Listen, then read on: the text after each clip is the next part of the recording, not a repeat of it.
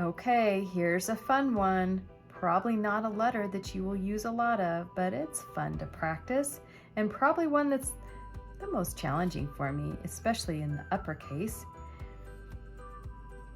Cursive X.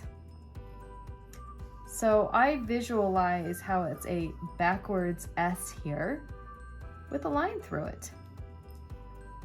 Little loop, bump, bump, tail, and cross it over. Your choice if you want to go bottom to top or top to bottom.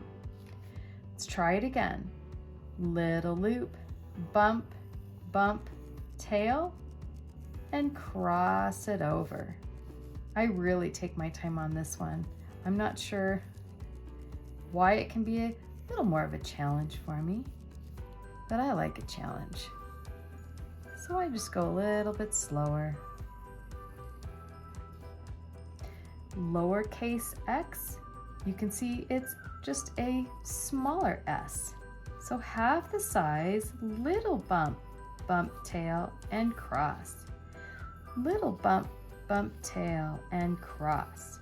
So just like crossing your T's or dotting your I's, after you're done writing your whole word, you may go back and do those details.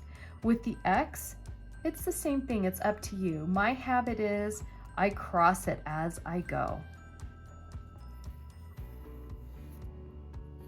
Not sure why that's my habit.